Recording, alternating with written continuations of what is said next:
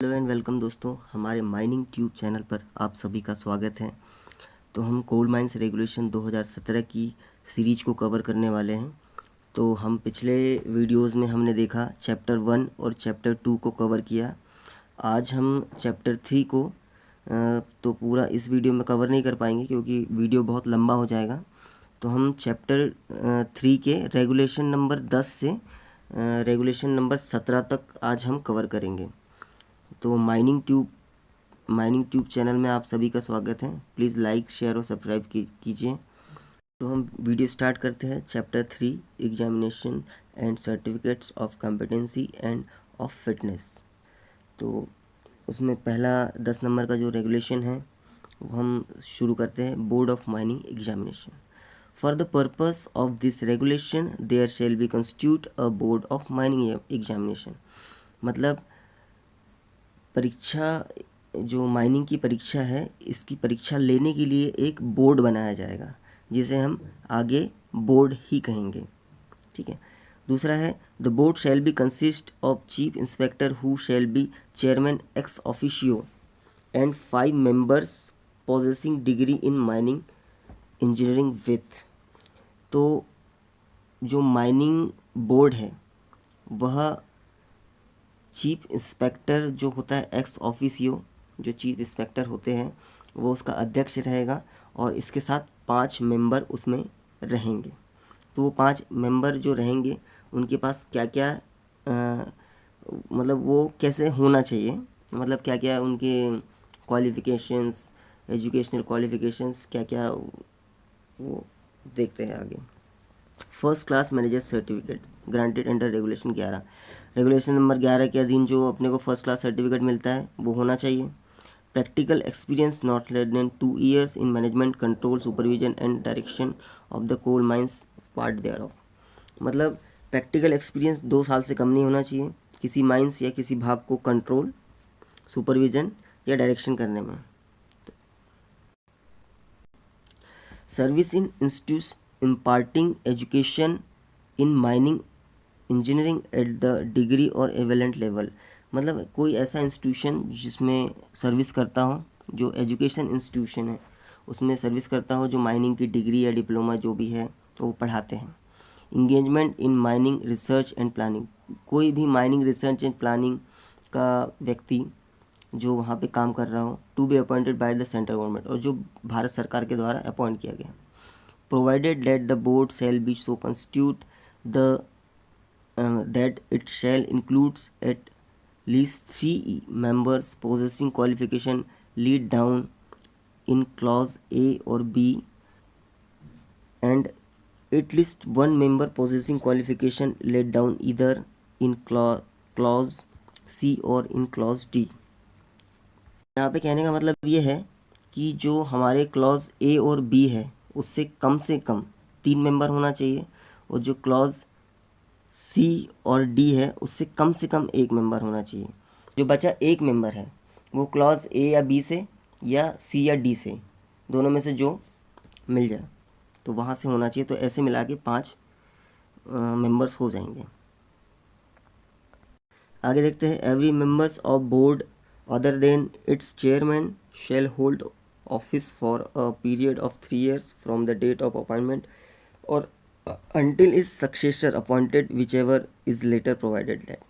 यहाँ ये कहने का मतलब है कि जो अध्यक्ष है अपना, मतलब जो प्रेसिडेंट चेयरमैन है, उसको छोड़कर जो बाकी जो 5 सदस्य होंगे वो 3 साल के लिए ऑफिस होल्ड करेंगे। आगे देखते हैं। A member may be at any time resign his office by the notice writing addressed to the chairman. Chairman को लिखित सूचना देकर कोई भी सदस्य अपना पद जो है त्याग कर सकता है। A member appointed under clause C of sub regulation 2 shall cease to hold office upon his ceasing to serve in any such institution as is referred to is that clause. अगर कोई शिक्षण संस्थान या फिर कोई इंस्टीट्यूशन में जो व्यक्ति जॉब कर रहा है वो इस बोर्ड का मेंबर है, अगर वो इंस्टीट्यूशन से उसकी जॉब निकल जाती है, अगर इंस्टीट्यूशन में वह सेवा नहीं दे पा रहा है, तो वो अपने आप इस बोर्ड से बाहर हो जाएगा। A person appointed to fill a vacancy clause by reason of death, resignation, or by reason of cessation of office under subclause second or otherwise shall hold office for the remaining period for which such member would have but for such reason constitute as member। यहाँ ये कहने का मतलब है कि कोई व्यक्ति की डेथ हो जाए या रेजिग्नेशन हो जाए या फिर जो ऊपर जो दिया गया है उस वजह से वो बाहर चला जाए, तो उसका जो सक्सेसर रहेगा वो उतने ही दिन के लिए ऑफिस होल्ड करेगा जितना उसका पीरियड था, जिसका जो पुराना जो सदस्य था उसका जितना पीरियड था, टाइम पीरियड था ऑफिस का, उतने ही दिन के लिए वो ऑफिस होल्ड करेगा।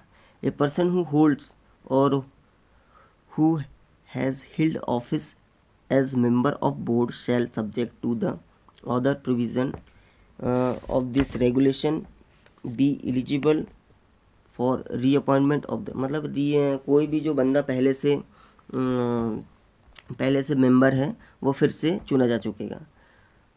यहाँ पे पाँचवा पॉइंट है हमारा, a member of the board other than the chairman shall be received such remuneration as the central government में फिक्स, मतलब सेंट्रल गवर्नमेंट ने जो भी पारिश्रमिक सदस्य के लिए फिक्स किया है वो उसे मिलेगा चेयरमैन को छोड़कर। an inspector nominated is this behalf by the chief inspector shall act the secretary of the board।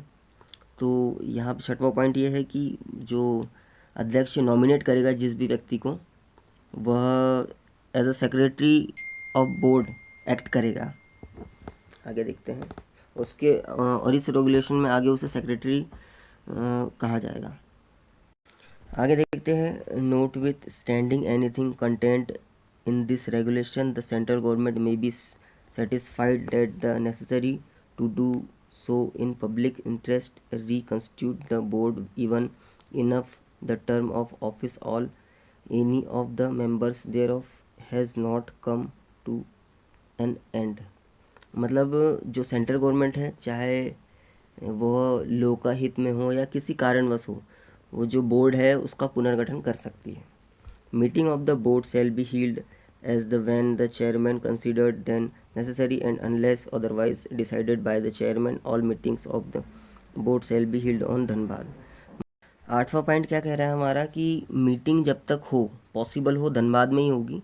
यदि चेयरमैन चाहे किसी विशेष प्रयोजन से किसी और जगह करना हो तो वो कर सकते हैं, लेकिन बेसिकली मीटिंग जो है वो धनबाद में ही की जाएगी। For every meeting of the board not less than 10 clear days period notice the time and place of purpose meeting and signed by the chairman or the secretary shall be given to each member who is not absent from India। मतलब every meeting, मतलब हर एक meeting जो board की है उसको करने के लिए अध्यक्ष को या सेक्रेटरी को लिखित हस्ताक्षरित एक नोटिस हर एक मेंबर को दिया जाएगा, जो अगर वो और उसमें समय और स्थान लिखा जाएगा। Such notice shall be delivered at or posted to the usual place of residence of the member and each such notice shall be accompanied by a list in items of business to be disposed of at the meeting। मतलब ऐसी सूचना जो members हैं उनके घर पर भेजी जाएगी, निवास स्थान पर भेजी जाएगी पोस्टल के द्वारा या डाक द्वारा, और प्रत्येक सूचना जो है, प्रत्येक जो नोटिस है उसमें जो मीटिंग में होने वाले जो प्रोपेगेंडा है, जो एजेंडा है वाली बातें भी लिखी जाएगी। चलिए आगे देखते हैं सी पॉइंट है, note with standing anything content in clause A and be in case of urgency and emergent meeting may be called for the chairman at any by intimating the members only 2 days in advance of the time and date of such meeting and the subject matter for discussion at such meeting। जो हमने पहले पढ़े clause A और B में, अगर ये इसमें अगर कुछ और बातें हो या फिर बहुत ज़्यादा अर्जेंट हो तो अध्यक्ष लिखित सूचना देकर 2 दिन पहले अग्रिम सूचना देकर मीटिंग बुला सकता है। The chairman shall preside at every meeting of the board if the chairman is absent any reason member present shall elect one from among themselves to preside over the meeting and the member to select shall for the purpose of the meeting have all powers of the chairman। तो यहाँ पे 10वां point ये बोल रहा है कि जो chairman है वह हमेशा हर मीटिंग की अध्यक्षता करेगा। यदि चेयरमैन एब्सेंट है तो जो इलेक्टिव मेंबर्स हैं, जो बाकी मेंबर्स हैं, वो इलेक्ट करेंगे, वो अपने बीच में से किसी अध्यक्ष को चुनेंगे और उस अध्यक्ष के पास सारे अध्यक्ष के पावर मौजूद रहेंगे। No business shall be transacted at the meeting of the board unless the least 3 members including the chairman are present. मतलब मीटिंग तभी मान्य की जाएगी जब कम से कम 3 मेंबर, जो अध्यक्ष है उसको लेकर कम से कम 3 मेंबर मौजूद हों। Provided that any meeting there is no quorum, मतलब कि यहाँ पे अगर ऊपर के जो कोरम्स है अगर वो किसी को पूरा नहीं करता तो मीटिंग अपने आप 7 दिन के बाद पोस्टपोन हो जाएगी। आगे देखते हैं। All members which the board required the consider shall be the considered in its meeting और if the chairman so decided by the circulation of the paper every members who not absent in India. तो all matters मतलब सभी विचार विमर्श किए जाए, जो विषय है वो मीटिंग में ही विचार विमर्श किए जाएंगे। अगर कोई सदस्य मौजूद नहीं है तो उससे पेपर सर्कुलेशन करके उससे विचार लिया जाएगा। आगे देखेंगे। The secretary shall place before the board a list of business to be. तो आगे देखेंगे जो अपना 13 नंबर का जो क्वेश्चन जो 13 नंबर का ए वाला पॉइंट है, क्लॉज है, उसमें सेक्रेटरी हर एक विषय की एक लिस्ट बना के रखेगा। No business which is not included in such list shall be considered unless the chairman permits. जो विषय उस सूची में नहीं दिए गए हैं उस पर अध्यक्ष की अनुमति के बिना भी विचार नहीं किया जाएगा। Every matter at the meeting shall be decided by the majority of votes of the member present at the such meeting. मतलब हर एक विषय, हर एक मैटर को जो मेजॉरिटी है, जो सदस्य की जो मेजॉरिटी उस पर डिफाइन किया जाएगा। Every matters referred to the members by the circulation under the sub regulation 12 shall be decided by the majority opinion the members who has papers were circulated unless the chairman reserved for the consideration of a regulation meeting to be held later। मतलब every matter meeting shall be decided by the majority votes member present such meeting. उसके बाद every matters refer to the member by the circulation. अगर कोई भी matter जो ऐसा हो कि जो सर्कुलेटिंग किया गया है, जो सदस्य मीटिंग में मौजूद नहीं है, उसे पेपर सर्कुलेशन में दिया गया हो, तो उस पर विचार विमर्श करने के लिए मेजोरिटी जो होती है, मेंबर्स की जो मेजोरिटी होती है, उस पर डिफाइन किया जाएगा।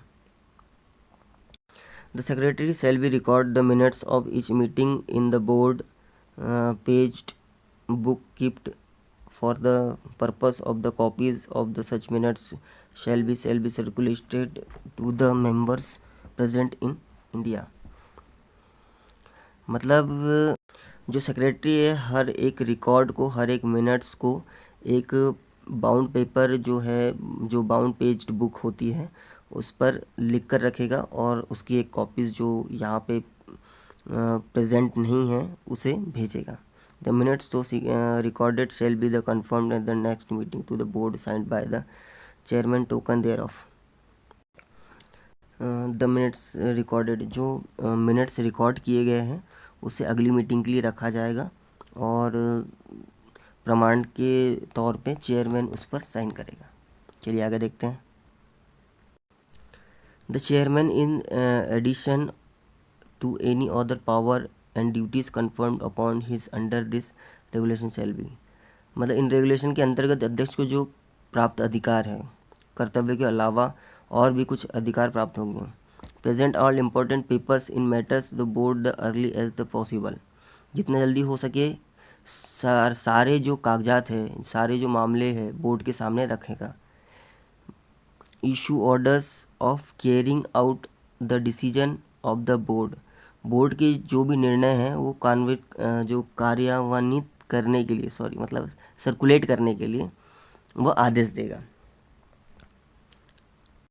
Issue have power of refer to the direction any matter to central government and their orders and, अपने आप मतलब जो अपने खुद के निर्णय से किसी भी विषय को केंद्र सरकार के पास भेजने के लिए आदेश कर सकेगा। Have powers generally to take such action to pass such orders necessary implement decision of the board, board के निर्णय लागू करने के लिए जो भी जरूरी कार्रवाई करना होगा उसका आदेश पारित कर सकेगा।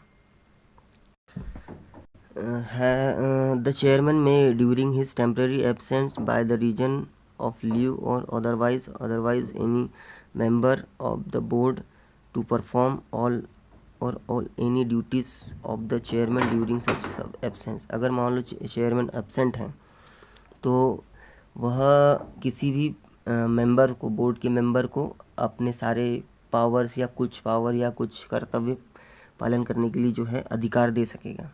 Unless the chairman otherwise direct, all proceeding of the board shall be conducted in camera in, मतलब कि चेयरमैन अगर चाहे तो सारी चीज़ कॉन्फिडेंशियल और गुप्त रखी जाएगी। चलिए आगे देखते हैं। मतलब कि चेयरमैन जब तक कोई स्पेशल ऑर्डर ना दे तब तक मीटिंग की सारी चीज़ें, मतलब विषय वस्तु सारी चीज़ जो है वो गुप्त रखी जाएगी, गोपनीय रखी जाएगी या फिर कॉन्फिडेंशियल रखी जाएगी। तो हमारा यहाँ पे रेगुलेशन नंबर 10 ख़त्म होता है। अब रेगुलेशन नंबर 11 देखते हैं। चलिए रेगुलेशन नंबर 11 देखते हैं हम। Certificate granted by the board, जो बोर्ड हमें सर्टिफिकेट देता है, जो बोर्ड है वो कौन कौन से सर्टिफिकेट देता है उसके बारे में हम यहाँ पे जानकारी देंगे। तो चलिए अब देखते हैं कि बोर्ड कौन कौन से सर्टिफिकेट इशू करता है। तो पहला है managers first class certificate of competency to manage a coal mine, hereinafter refer to the first class manager certificate, मतलब मैनेजर सर्टिफिकेट जो फर्स्ट क्लास सर्टिफिकेट होगा वो। Manager second class certificate, surveyor certificate, जो overman certificate, sardar certificate, winding engineman certificate, certificate of competency gas testing certificate, और यहाँ लिखा है provided that any certificates other than the engine driver certificate and gas testing certificate में be restricted mines, मतलब कि जो इंजनमैन driver certificate है और गैस टेस्टिंग सर्टिफिकेट है, इनको छोड़कर सारे जो सर्टिफिकेट्स हैं जैसे ओवरमैन, second class, first class, surveyor, सारे जो सर्टिफिकेट्स हैं वो रेस्ट्रिक्टेड टू ओपन कास्ट भी हो सकते हैं और यह सर्टिफिकेट्स के ऊपर मेंशन किया जाएगा। मतलब अब बोर्ड जैसे सरदार, ओवरमैन, मैनेजर और सर्वेयर के सर्टिफिकेट्स अलग अलग देंगे। तो कुछ सर्टिफिकेट्स जैसे ओपन कास्ट के लिए होते हैं वो लिखे रहेंगे रेस्ट्रिक्टेड टू ओपन कास्ट, और non restricted to open cast मतलब यूजी के लिए। और इस टाइप से अब एक नया वो आया है कि non restricted to open cast और रेस्ट्रिक्टेड टू ओपन कास्ट, ये हम आगे वाली वीडियो में समझेंगे। तो चलिए आगे देखते हैं रेगुलेशन नंबर 12। तो रेगुलेशन नंबर 12 में हम देखेंगे एग्जामिनेशंस एंड एग्जामिनर, मतलब परीक्षाएं और परीक्षक, इसके बारे में रेगुलेशन नंबर 12 दिया गया है। तो रेगुलेशन नंबर 12 में पहला पॉइंट है certificates shall be granted candidates after such examination and it such form as the by board may specify, मतलब जो स्टूडेंट है, मतलब जो अभ्यर्थी है, उनको बोर्ड द्वारा निर्धारित परीक्षा देने के बाद ही सर्टिफिकेट ग्रांट किया जाएगा, दिया जाएगा। और जिस फॉर्म में दिया जाएगा वह बोर्ड के द्वारा स्पेसिफाई किया जाएगा। तो आगे देखते हैं, प्रोवाइडेड द बोर्ड में subject the condition specify by law except, मतलब कि जो बोर्ड है वो बाय लॉ में दी गई शर्तों में किसी भी व्यक्ति को रेगुलेशन नंबर जो 11 है जो बताया गया है जिसमें सर्टिफिकेट प्रदान करने के लिए परीक्षा उसके भाग के लिए कोई भी छूट दे सकता है, रेगुलेशन नंबर 11 के। The examination shall be held at such time at the such centres as may fixed by the board shall be the conducted by the examiners appointed by the board. मतलब कि ऐसा है कि the examination shall be, जो examination है वो board के द्वारा निर्धारित जगह और मतलब निर्धारित केंद्र मतलब सेंटर्स या निर्धारित समय पर किए जाएंगे, और जो एग्जामिनर्स होंगे वो बोर्ड द्वारा निर्धारित किए जाएंगे। तो आगे हम देखते हैं regulation number 13, submission of applications, जो आवेदन का जमा करना है वो हम आज पढ़ेंगे। तो आगे देखते हैं, application for the examination conducted by the board shall be made to the board not less than 60 days period to the date fixed of the examination in the manner and on a form specified by the purpose। जो किसी भी examination का जो application है वह कम से कम 60 दिन पहले बोर्ड को भेजा जाएगा। किस फॉर्म में भेजा जाएगा? जो बोर्ड द्वारा निर्धारित है, स्पेसिफाई है, या इस प्रयोजन के लिए जो बोर्ड ने फॉर्म निर्धारित किए हैं उस फॉर्म में 60 दिन पहले आपको एप्लीकेशन करना है। आगे पॉइंट में, notice regarding the date and place of examination manager certificate surveyor certificate overman certificate shall be published under the order of the board such periods और by any other means as the board may directing not less 60 years date of fix the board for the receiving application.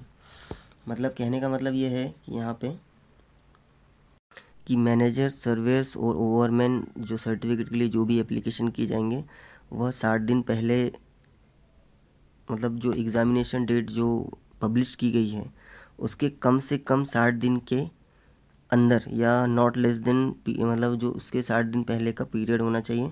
उसके बाद के जो भी application होंगे 60 दिन के बाद की वह एक्सेप्ट नहीं किए जाएंगे।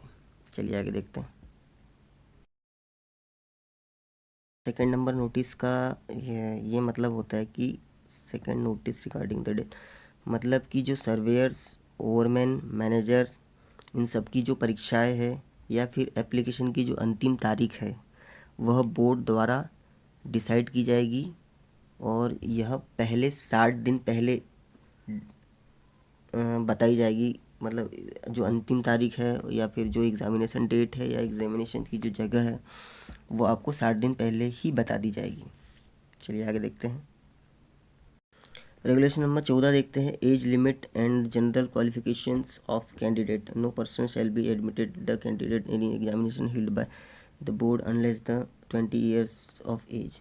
मतलब कोई भी ऐसा व्यक्ति जो 20 साल की उम्र पूरी नहीं करता हो वह बोर्ड के किसी भी एग्जामिनेशन में पार्टिसिपेट नहीं कर सकता। सेकंड है, no person shall be admitted the candidate examination manager certificate surveyor certificate overman certificate sardar certificate unless the held valid first aid certificate and Saint John's ambulance association और any there equivalent standard main the specified the change. मतलब surveyor certificate, manager certificate, sardar certificate, overman certificate के लिए कि इस examination में बैठने के लिए आपको सेंट जॉन एम्बुलेंस का जो सर्टिफिकेट होता है वैलिड फर्स्ट एड सर्टिफिकेट, अगर जब तक आपके पास वैलिड फर्स्ट एड सर्टिफिकेट ना हो तब तक आप ये एग्ज़ाम नहीं दे सकते।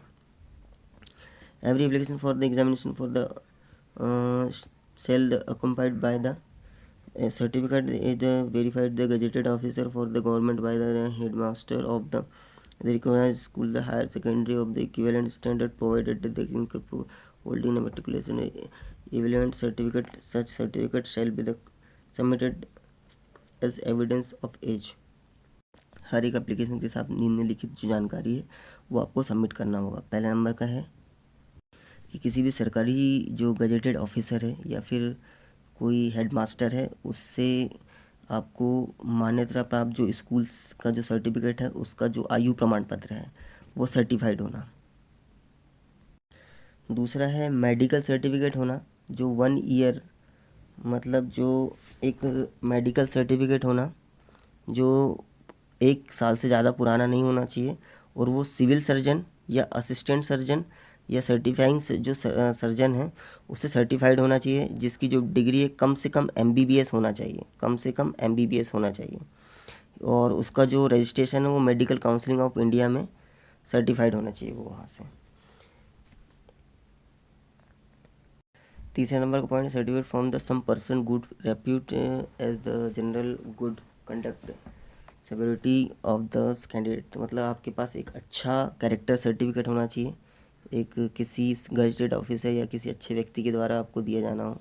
तो person shall be admitted candidate in examination manager certificate, surveyor's, government certificate, sardar certificate unless the his passed senior secondary school examination intermediate equivalent for the recognized board university pass diploma degree engineering other equivalent qualification approved behalf the central government, the engine driver certificate unless the satisfied the board। चलिए आगे देखते हैं। आगे देखेंगे हम जो manager certificate है, जो सर्वेयर सर्टिफिकेट है, जो ओवरमैन सर्टिफिकेट है, जो सरदार सर्टिफिकेट है, इसके लिए आपको कम से कम आपको सीनियर सेकेंडरी स्कूल का जो एग्जामिनेशन वो पास करा होना चाहिए, या फिर किसी भी मान्यता प्राप्त यूनिवर्सिटी से डिग्री या डिप्लोमा इन माइनर इंजीनियरिंग या उसके समकक्ष होना चाहिए, तभी आप परीक्षा में बैठ सकते हो।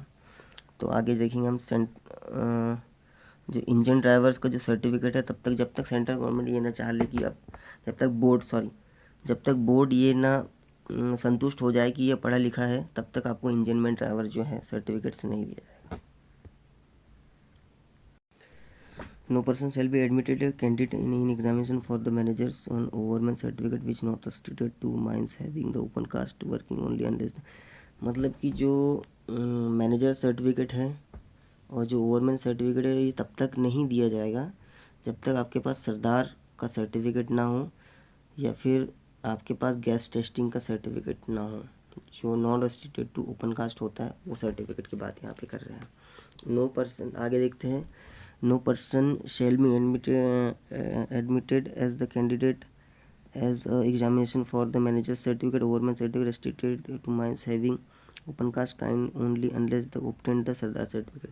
कम से कम आपको नॉन रेस्ट्रिक्टेड सरदार सर्टिफिकेट होनी चाहिए, तब आप मैनेजर्स और ओवरमैन सर्टिफिकेट का एग्ज़ाम दे सकते हैं। चलिए आगे देखो, प्रोवाइडेड दैट द बोर्ड में subject to the candidate specified by law except any person from the spiritual of the above the sub regulation. यहाँ पे कहने का मतलब ये है कि अगर बोर्ड चाहे तो बाय लॉ के अनुसार उसमें जो दी गई शर्तें हैं उस पर किसी भी व्यक्ति को कुछ छूट दे सकता है। चलिए आगे देखते हैं regulation number 15, practical experience of candidate for managers certificate examination. जो मैनेजर की जो परीक्षा होती है, जो एग्जामिनेशन होता है, उसके लिए जो अभ्यर्थी है, जो कैंडिडेट है, उसके लिए क्या क्या अनुभव होने चाहिए।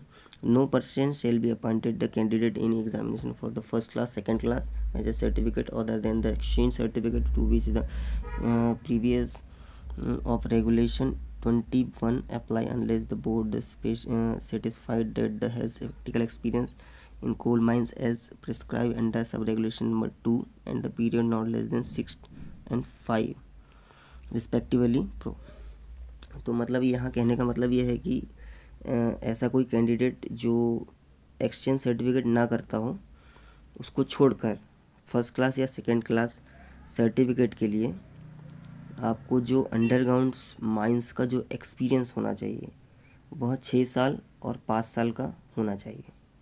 जो फर्स्ट क्लास का है उसके लिए 6 साल का, और जो सेकंड क्लास का है उससे 5 साल के लिए अंडरग्राउंड का एक अनुभव होना चाहिए, एक्सपीरियंस होना चाहिए। Provided that candidate who has received diploma in mining engineering on other relevant qualifications approved by the behalf of the central government, such as the period experience shall be reduced 5 and 4 years respectively। अगर मान लो कोई बंदा मतलब कोई candidate है जो mining engineering की diploma या केंद्र सरकार द्वारा जो परमिटेड जो उसके समतुल्य कोई डिप्लोमा किया है, तो ऐसी अवधि को जो है वो एक्सपीरियंस टाइम को जो है उसको घटाकर 5 साल और 4 साल कर दी जाएगी। अगला पॉइंट ये है कि B who has the pass the degree in mining, मतलब डिग्री सर्टिफिकेट वालों के लिए यहाँ पे जो फर्स्ट क्लास के लिए जो एक्सपीरियंस है वो घटाकर 2 वर्ष कर दिया जाएगा। क्या provided further that the experience refer to the sub regulation और the experience obtained during the relevant academic qualification.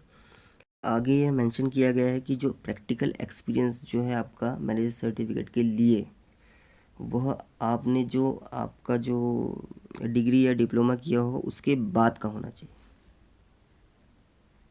चलो रेगुलेशन नंबर 16 देखते हैं। रेगुलेशन नंबर 16 में क्या है, practical experience of the candidate for the surveyor certificate examination. No, तो surveyor certificate examination जो candidate बैठना चाहते हैं उसके लिए जो प्रैक्टिकल एक्सपीरियंस वो क्या होगा, चलिए आगे देखते हैं। No person shall be admitted as the candidate as the any examination for the surveyor certificate unless the has satisfied the board that he has not less than 2 years practical experience of surveying of a type.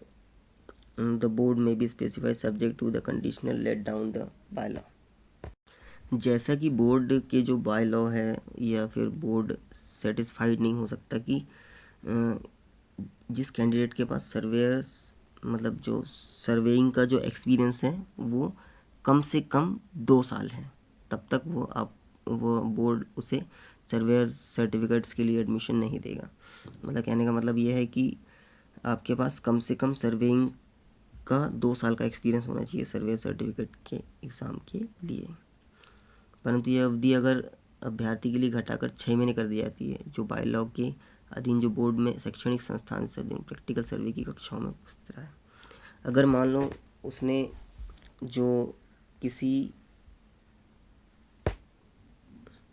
मतलब किसी संस्थान से या किसी institution से आपको surveying में किसी डिग्री या डिप्लोमा हासिल किया है, तो वो जो एक्सपीरियंस है उसको 6 महीने कर दिया जाएगा। चलिए आगे देखते हैं। Most important practical experience of candidate of Sardar certificate, मतलब सरदार के जो सर्टिफिकेट की जो एग्ज़ामिनेशन है उसमें भाग लेने के लिए हमें क्या क्या एक्सपीरियंस चाहिए। No person shall be admitted, मतलब अंडरग्राउंड वाला जो भी जैसे फील्ड वाला व्यक्ति है उसको जो कोल माइंस में कम से कम 3 साल का अनुभव होना चाहिए, एक ट्रेनिंग का अनुभव, प्रैक्टिकल एक्सपीरियंस ट्रेनिंग का अनुभव। अगर जो provided that the such shall be reduce the period year of the case candidate has received. अगर मान लो कोई व्यक्ति डिप्लोमा वाला व्यक्ति है जो डिप्लोमा इन माइनिंग किया है, तो उसे यह 1 साल का एक्सपीरियंस सफिशिएंट माना जाएगा उसके लिए।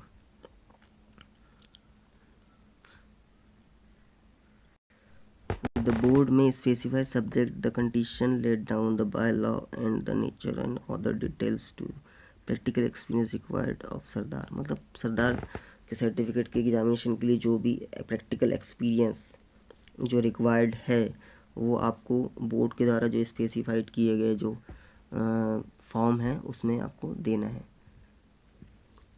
चलिए ठीक है, यहाँ पे हमने रेगुलेशन नंबर 13 तक कवर कर दिया है। अगली वीडियो में हम कंटिन्यू करेंगे रेगुलेशन नंबर 18 से 25 तक। तो अगर आपको वीडियो पसंद आएगा तो प्लीज़ लाइक शेयर सब्सक्राइब कर दीजिएगा। माइनिंग ट्यूब चैनल देखने के लिए आपका बहुत बहुत धन्यवाद। Thank you.